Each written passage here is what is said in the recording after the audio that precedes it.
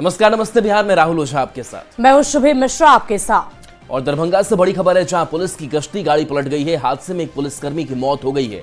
रात में गश्ती के दौरान हादसा हो गया। सिमरी थाना की डायल 112 गाड़ी थी। थलवारा से सिमरी थाना लौटने के दौरान यह हादसा हुआ। हादसे में शेखर पासवान की मौत हो गई। 2 पुलिसकर्मियों का इलाज चल रहा है। तो रात में गश्ती के दौरान यह हादसा हुआ है। और दरभंगा से बड़ी खबर बता रहे हैं, जहां सिमरी थाना की डायल 112 यह गाड़ी थी, जहां ये हादसा हुआ। विपिन हमारे साथ न्यूज़ 18 संवाददाता जुड़े हुए हैं। विपिन, कैसे हादसा हुआ, क्या अपडेट अभी? जी बता दें, जो घायल हैं जीके झा, उन्होंने बताया कि वो थलवारा से गश्ती करके सिमरी थाना वापस लौट रहे थे। इसी बीच कुहासे के कारण अनियंत्रित होकर जो गाड़ी थी वो सड़क के किनारे पलट गई। और सड़क किनारे पलटने के बाद जो पानी के गड्ढा था उसी में गाड़ी पलटी, जिसके कारण जो एक शेखर पासवान की मौत हो जाती है। पानी में जो गाड़ी पलटी तो पानी में डूबने से उनकी मौत हो गई। जब तक उनको निकाला गया और डीएमसीएच लाया गया, उनकी मौत हो गई। साथ ही 2 और जो चालक थे और एक महिला पुलिसकर्मी थी, वो भी घायल है। उनका भी इलाज डीएमसीएच में चल रहा है। लेकिन गनीमत यह है कि दोनों खतरे से बाहर हैं। सूचना के बाद एसएसपी जगन्नाथ रेड्डी देर रात पहुंचे। सिटी एसपी सभी ने पहुंचकर घायलों का हाल जाना है। अभी दोनों का इलाज डीएमसीएच में चल रहा है। जी चलिए, शुक्रिया विपिन इस अपडेट के लिए आपका। तो देखिए, रात में जब गश्ती हो रही थी और उसी दौरान यह हादसा हुआ। सिमरी थाना की डायल 112 गाड़ी थी जो हादसे का शिकार हो गई। सिमरी थाना से जब लौट रहे थे उसी दौरान यह हादसा हो गया। 2 पुलिसकर्मी का इलाज चल रहा है। वहीं आरा से एक बड़ी खबर आपको बताएंगे। दुष्कर्म के बाद बच्ची की पीट कर हत्या कर दी गई। गुस्साए लोगों ने आरोपी को पीटा है। इस वक्त की बड़ी खबर आपको बता रहे हैं आरा से, जहां दुष्कर्म के बाद बच्ची की पीट कर हत्या कर दी गई है।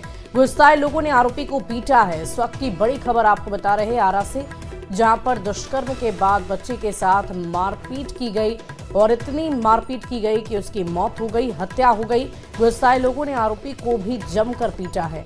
तो आरा से ये बड़ी खबर आपको बता रहे हैं, जहां पर बच्ची की पीट कर हत्या की खबर है। गुस्साए लोगों ने आरोपी को भी पीटा है, इसकी भी जानकारी सामने आई। आरा से ये बड़ी खबर आपको बता रहे हैं। इस पूरी खबर की अधिक जानकारी के साथ चंदन कुमार, न्यूज़ 18 संवाददाता, हमारे साथ फोन लाइन पर है। चंदन, क्या कुछ जानकारी है इस पूरे मामले को लेकर? आखिर कैसे इस पूरी वारदात को अंजाम दिया गया? देखिए, पूरा मामला मेरठ थाना क्षेत्र के एक मोहल्ले से जुड़ा हुआ है, जहाँ की इस घटना को अंजाम दिया गया है। हालांकि घटना के बाद जो आरोपित है, इसको मोहल्ले वासियों ने जमकर को इसकी पिटाई कर दी और उसको इलाज के लिए सदर अस्पताल में भर्ती कराया गया है। घटना के संदर्भ में बताया जा रहा है कि जो बच्ची है वो दुकान से आटा लाने गई थी।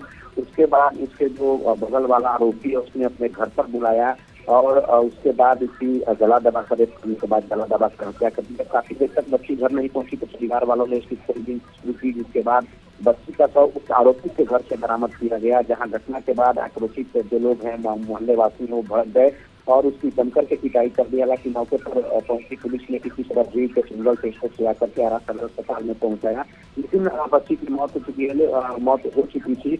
वहीं पुलिस पूरे मामले की छानबीन कर रही है। घटना के संदर्भ में जब हमारी भोजपुर के एसपी राज से बात हुई तो उन्होंने कहा कि आरोपी का पुलिस और रक्षा में इलाज चल रहा है और घटना के पूरे कारणों की जांच की जा रही है और जल्दी पूरी ट्रायल कराकर जो आरोपी है उसको सजा दिलाने का प्रयास किया जाएगा। जी चलिए, बहुत बहुत शुक्रिया चंदन हमारे साथ जुड़ने के लिए। इस पूरी खबर पर आप लगातार नजर बनाए रखें।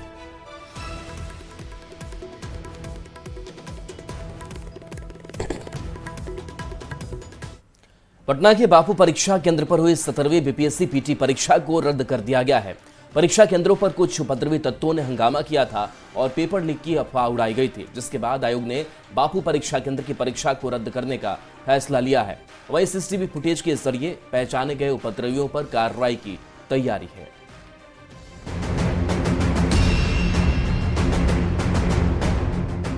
पूरे सेंटर पर री एग्जाम कराने का निर्णय लिया। सही सुना आपने, बापू परीक्षा केंद्र पर हुई 17वीं बीपीएससी की पीटी परीक्षा रद्द कर दी गई है। आयोग ने इस बात को गंभीरता से लिया है। आयोग पूरी तरह से संवेदनशील है बच्चों के हितों के प्रति और इसीलिए हम लोगों ने पूरे सेंटर पर री एग्जाम कराने का निर्णय लिया। अब आप सोच रहे होंगे कि बापू सेंटर की परीक्षा क्यों रद्द की गई और अब वहां के परीक्षार्थियों का क्या होगा। तो आपको बता दें कि 13 दिसंबर को पूरे बिहार में 912 केंद्रों पर परीक्षा हुई। 911 केंद्र पर सब कुछ शांतिपूर्ण रहा, लेकिन सिर्फ एक केंद्र पटना के बापू एग्जाम सेंटर पर हंगामा हुआ और पेपर लीक की अफवाह उड़ाई गई। आयोग ने पेपर लीक की बात को तो उसी दिन अफवाह बता दिया, लेकिन उसके बाद जो सीसीटीवी फुटेज सामने आया वो हैरान करने वाला है। परीक्षा हॉल में घुसे उपद्रवी शांतिपूर्ण तरीके से परीक्षा दे रहे अभ्यर्थियों से बुकलेट छीनकर फेंकने लगते हैं, इंस्ट्रक्टर से अटेंडेंस शीट छीनकर फाड़ने लगते हैं। देखते ही देखते पूरे परीक्षा हॉल में फैल जाते हैं। सब तहस नहस करने के बाद अंत में इंस्ट्रक्टर के टेबल तक पहुंचते हैं और प्रश्न पत्र का पैकेट लूटकर लहराने लगते हैं। परीक्षा हॉल ही नहीं, परीक्षा केंद्र के परिसर में भी ये तमाशा जारी रहता है। कोई गेट फांद कर तो कोई गेट तोड़कर बाहर निकल जाता है। सीसीटीवी फुटेज के जरिए ऐसे 25 से 30 उपद्रवियों की पहचान की गई है, जिनके खिलाफ सख्त कार्रवाई की तैयारी है। जिस तरह के वीडियो सामने आ रहे हैं वो सभी वीडियो की भी आयोग के आईटी सेल ने, आयोग के जो डेजिग्नेटेड एजेंसी है उसने, फॉरेंसिक एक्सपर्ट ने जांच की है, जांच चल रही है। उनके खिलाफ उनकी पहचान करके कार्रवाई की जाएगी। कार्रवाई के साथ साथ आयोग रद्द हुए सेंटर की परीक्षा दोबारा कराने की तैयारी में जुट गया है। परीक्षा की तारीख जल्दी घोषित की जाएगी और रिजल्ट भी एक साथ ही जारी किया जाएगा। लेकिन बापू एग्जाम सेंटर में जो हुआ उसके बाद कई सवाल खड़े हो रहे हैं। सवाल ये कि क्या बीपीएससी को बदनाम करने के लिए हंगामा किया गया? क्या जानबूझकर पेपर लीक की अफवाह उड़ाई गई? क्या परीक्षा रद्द कराने के लिए साजिश रची गई?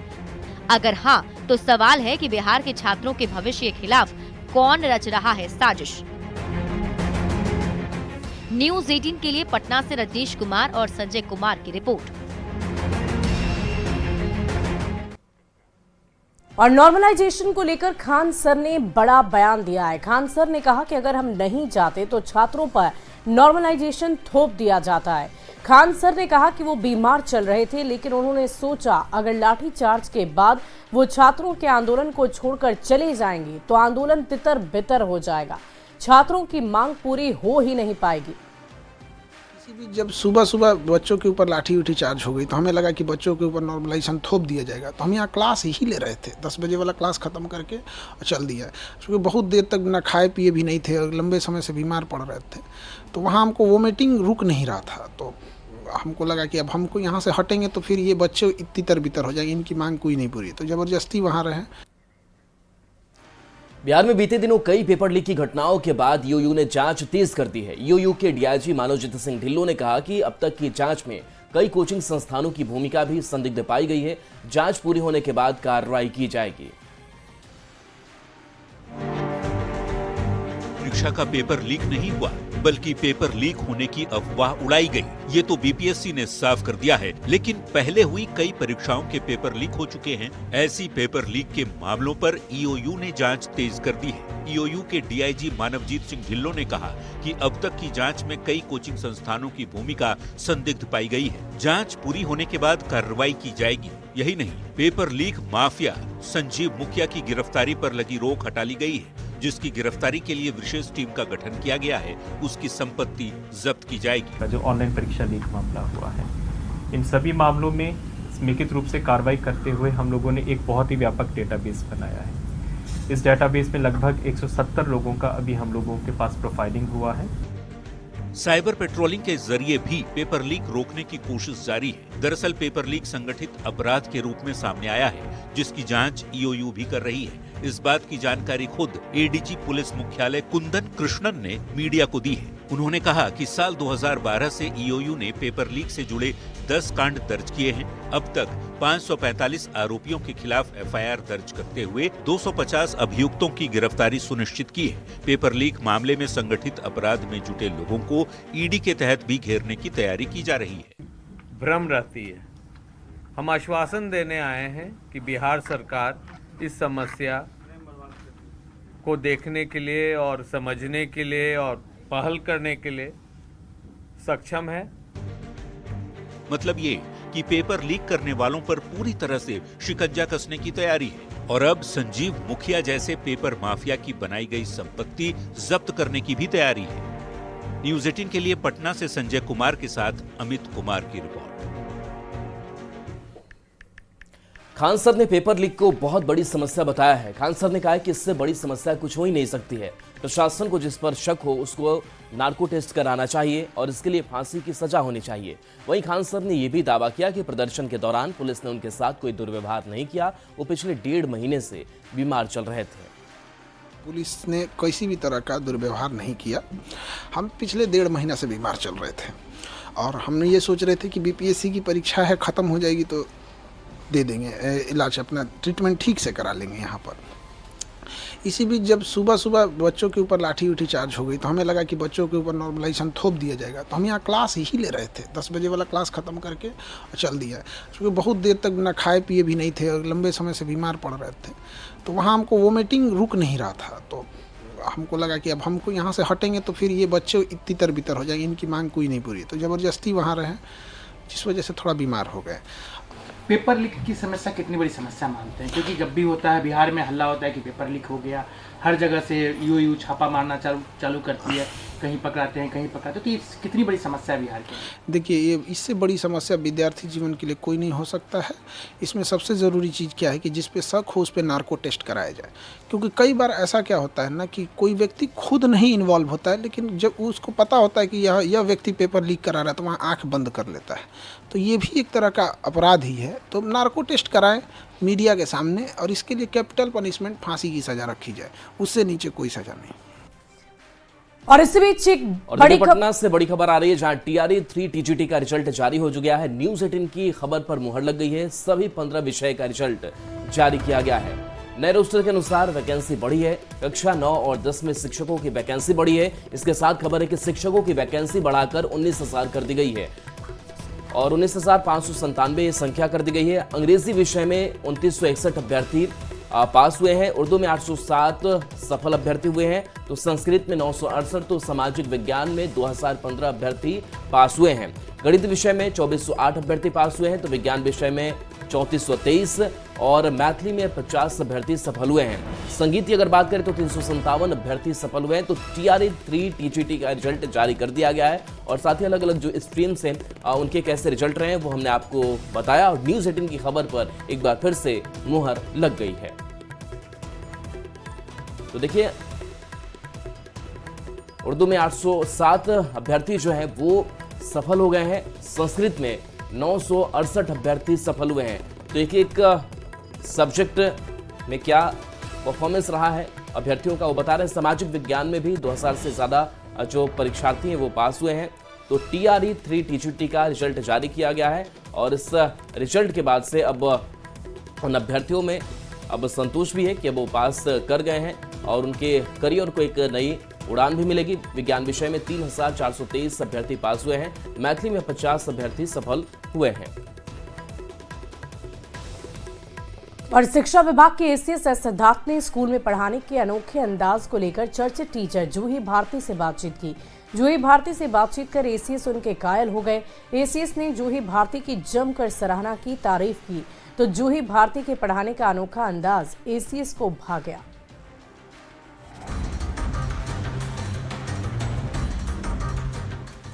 शिक्षिका जूही भारती के कायल सिद्धार्थ, पढ़ाने के अनोखे अंदाज से ACS प्रभावित, वीडियो कॉल कर टीचर का बढ़ाया हौसला।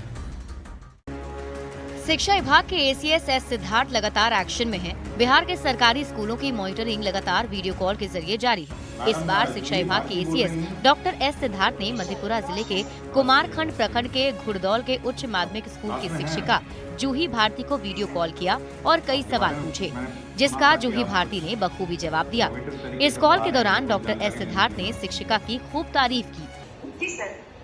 आपके बारे में कुछ मैंने सुना था कि आप कुछ इनोवेटिव तरीके से पढ़ा रहे हैं, वही जानकारी लेने के लिए मैंने फोन किया था। जी सर। क्या करती हैं आप? मतलब लोकल मटेरियल से आप पढ़ाती हैं? जी। क्या करती हैं, थोड़ा हमको बताइए। जी सर, 6 to 8 की मैं साइंस की टीचर हूँ। जी जी जी। क्या क्या पढ़ाती हैं? अभी क्या पढ़ा रही हैं? अभी तो सर मैं ये चैप्टर बल्ब जलाओ जगमग जगमग क्लास 6 का। तो सर बस कुछ टाइम पहले शुरू ही किए हैं, तो टॉपिक लिख के बच्चे का अभी कुछ कॉपी था वो चेक कर रहे थे। अटेंडेंस लिए बच्चे हैं सर। बच्चे तो थोड़ा कम आते हैं। क्यों कम आते हैं? बच्चे क्यों कम आते हैं मैडम? सर बड़े क्लास में बच्चे यहाँ पे बहुत ज्यादा नहीं है। ये कौन सा क्लास है? ये 6th क्लास है सर। इसमें तो कंबाइंड है सर अभी। एसीएस डॉक्टर एस सिद्धार्थ ने स्कूल की समस्या के बारे में पूछा, जिस पर शिक्षिका जूही भारती ने जवाब दिया कि स्कूल के रिसोर्सेज के मुताबिक बच्चों को बेहतर पढ़ाने की कोशिश कर रही हैं। इस पर अपर मुख्य सचिव ने शिक्षिका जूही भारती की तारीफ करते हुए कहा कि आप अच्छा कर रही हैं, इसलिए मैंने फोन किया था। और कोई समस्या स्कूल में? क्या क्या समस्या है सर? स्कूल में वही रिसोर्सेज तो जो मिले हैं TLM का हम लोग उससे कराते हैं, उसका भी यूज करते हैं। 6 to 8 का जो किट मिला हुआ है। बाकी सुविधाएं तो सर ठीक है, मतलब अभी के लिए जितना हमारे पास रहता है उसमें हम बेस्ट करने का कोशिश करते हैं। ठीक है, अच्छा कर रही हैं, इसलिए मैंने फोन किया था। ठीक, थैंक यू सो मच। ठीक, प्रणाम। शिक्षिका जूही भारती अपने पढ़ाने के अनोखे अंदाज को लेकर चर्चित हैं। एसीएस के बात करने के दौरान न्यूज 18 की टीम जूही भारती के घुड़दौर उच्च माध्यमिक स्कूल पहुंची, जहां शिक्षिका पूरे तन मन के साथ बच्चों को पढ़ाती दिखी। शिक्षिका जूही भारती ने न्यूज 18 से एसीएस एस सिद्धार्थ के वीडियो कॉल का भी जिक्र किया। मैं रैंडमली पढ़ा रही थी क्लास में, सर का कॉल आया कि मैम आपका मैं कुछ वीडियो देखा हूँ और वो बहुत दिलचस्पी लगा, क्योंकि आप जमीनी स्तर से ऐसा लग रहा है कि बच्चे को पढ़ा रही हैं। तो आप कैसे पढ़ाती हैं और क्या पढ़ाती हैं? तो सर जैसे कि मैं क्लास में पढ़ा रही थी, जनरली हर दिन की तरह आज भी मैं पढ़ा रही थी बच्चों को सूर्य और ये दीप बल्ब जलाओ जगमग जगमग।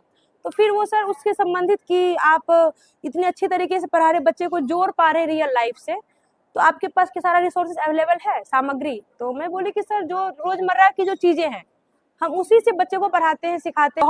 बहुत अच्छा लगा सर। मतलब एक तो विश्वास नहीं हो रहा था कि मतलब वो कॉल मेरा ही होगा। तीसरा, हम लोग डेली बातचीत करते हैं कि आज सर का कॉल किसे जाएगा, और रैंडमली मुझे वो कॉल आया और बहुत अप्रिशिएट किए सर मेरे पढ़ाने के तरीका को। तो ये मुझे बहुत अच्छा लगा, मतलब बहुत गौरवान्वित महसूस कर रही हूँ।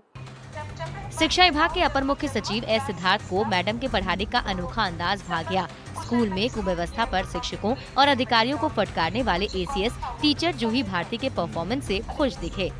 न्यूज 18 के लिए पटना से रजनीश कुमार की रिपोर्ट।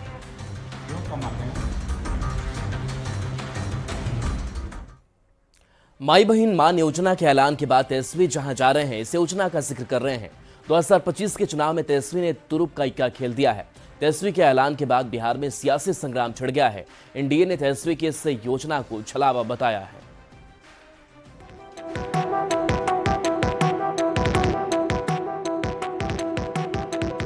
अगर हम लोगों की सरकार बनती है तो माई बहन मान योजना के तहत 2500 रुपये सीधे खाते में हम लोग डालने का काम करेंगे, और 1 साल 1 महीने सरकार के 1 महीने के अंदर ही जो है इसको लागू किया जाएगा। 2025 के विधानसभा चुनाव से पहले तेजस्वी ने महिलाओं को लेकर बड़ा दांव खेला है। तेजस्वी जहां जा रहे हैं, आरजेडी की माई बहन मान योजना का जिक्र करने से चूक नहीं रहे। सहरसा में भी तेजस्वी यादव ने माई बहन मान योजना का जिक्र करते हुए 200 यूनिट बिजली फ्री और वृद्धा और दिव्यांग पेंशन 1500 रुपए करने की बात कही है।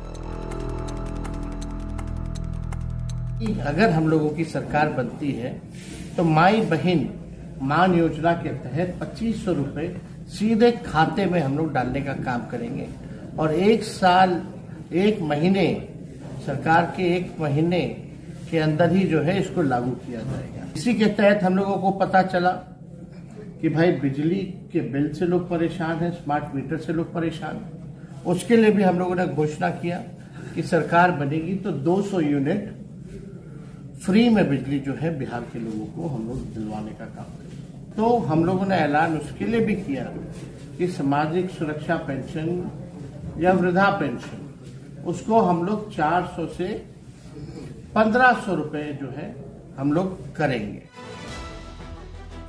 तेजस्वी की इन घोषणा पर बिहार में सियासी महाभारत छिड़ चुका है। तेजस्वी की इन घोषणाओं को एनडीए ने छलावा बताया। एनडीए ने तेजस्वी यादव पर निशाना साधा और कहा कि माता पिता के शासनकाल में मां और बहन की क्या स्थिति थी, ये सब जानते हैं। ज्यादा कौन जानता है? अभी माई बहन मान योजना ला रहे हैं। ये ठगने की बात कर रहे हैं। जब 15 साल मौका मिला तो इन्होंने बिहार में क्या दशा किया था माई बहन को। यह सब पूरा बिहार की जनता जानते हैं। एक तो राजनीतिक रूप से बेरोजगार आदमी है, तो जो बेरोजगार होता है वो काम धंधा खोजता रहता है। तो राजनीतिक बेरोजगार के रूप में तेजस्वी यादव जी अपना काम धंधा खोजने निकले। जहां तक उनकी बातों की विश्वसनीयता की बात है, तो बिहार की जनता ने राजद परिवार के शासनकाल को देखा है और उनकी बातों की विश्वसनीयता कितनी होती है, इससे बिहार की जनता ने 15 वर्षों तक झेला है। अब देखिए चुनाव आ गया है, उनका कुछ भी बोल सकते हैं, कुछ भी दे सकते हैं, लेकिन उनका जो नेचर, उनके परिवार का सिग्नेचर रहा है, वो पहले अपना भरते हैं, अपना परिवार का भला देखते हैं। क्या महिलाओं के बारे में चिंता करेंगे? क्या हश्र होता था महिला और माता बेटी का उनके राज में? झारखंड में मैया सम्मान योजना से हेमंत सरकार की वापसी के बाद तेजस्वी यादव ने बिहार में माई बहन मान योजना पर सियासी दांव लगाया है। तेजस्वी यादव जानते हैं महिलाओं के बीच नीतीश कुमार की लोकप्रियता बहुत ज्यादा है। महिलाओं के लिए से नीतीश का काम बिहार में बोलता है। ऐसे में माई बहन मान योजना से तेजस्वी सत्ता में वापसी का रास्ता देख रहे हैं। न्यूज 18 के लिए सहरसा से कुमार अभिनव, पटना से धर्मेंद्र कुमार, कैमूर से अभिनव कुमार की रिपोर्ट। और चलिए एक छोटे से ब्रेक का वक्त है, जल्द वापस आते हैं। इस न्यूज हेडलाइंस के